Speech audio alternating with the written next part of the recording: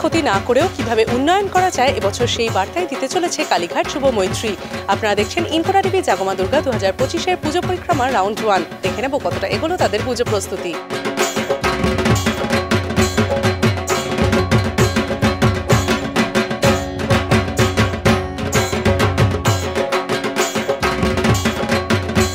এবছরে যুবমৈত্রীর বিষয়বস্তুটার নাম হচ্ছে বর্ধনের যে বিষয়টা নিয়ে কাজ।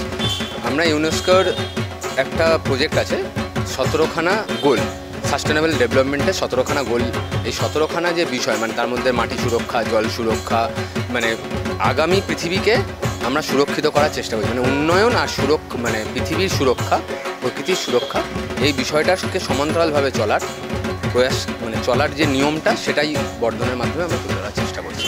মেন যে বিষয়গুলো এখানে থাকবে, যে ধরুন খরা আর যেখানে কি বলবো অতিশস্য, যে দুটোই হয়, দুটোই তো ক্ষতি।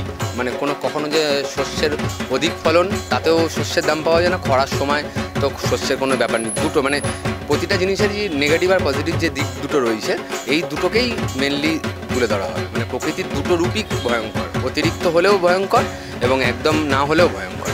আমরা তার মাঝখানে আমাদের থাকতে হবে।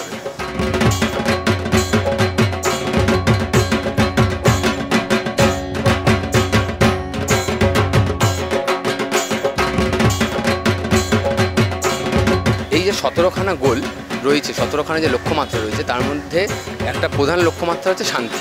প্রতিমা সেই শান্তির লক্ষ্যমাত্রাকে মনে রেখেই প্রতিমা করা হচ্ছে এবং অবশ্যই মা দুর্গা পুরো পৃথিবীকে ধারণ করে রয়েছে।